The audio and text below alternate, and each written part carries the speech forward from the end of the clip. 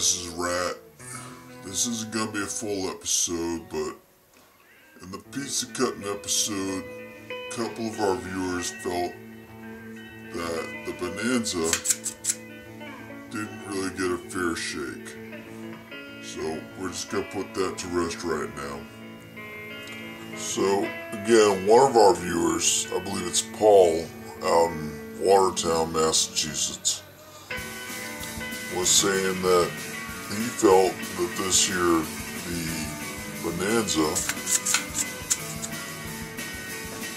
actually could handle a piece of pizza. Now, we're not going to do the whole sheet of pizza. We're just going to use one little slice of the multi-slice thing.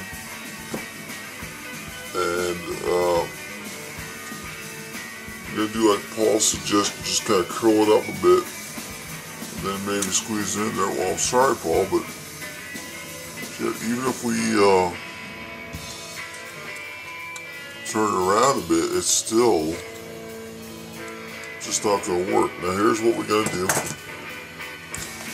Again, just because I appreciate having viewers, and I'm going to do what I can for you guys.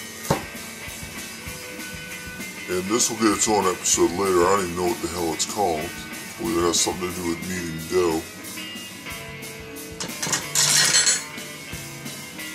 We've cut this small piece into further pieces. And we're going to try to put that in and eat it. Alright, so there we go. That little piece there. And twist it around a bit. Again, I'm using the Bonanza upside down simply for demonstration purposes. So does the Bonanza work as a pizza cutter? First off, it's kind of a moot point because I've already used two other devices to cut the piece down to this size so it would fit in the Bonanza. Now let's press down. Let's see what we get. And that, I'm sorry, Paul, it just didn't work, but I appreciate you watching the show.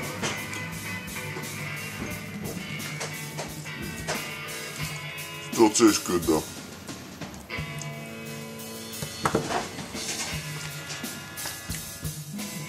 So there you have it.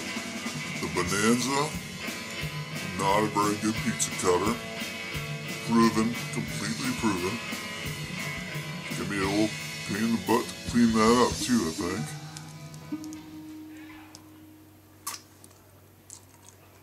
Definitely don't think it's safe to lick the blades, and no, I am not going to prove that it is not safe to lick the blades.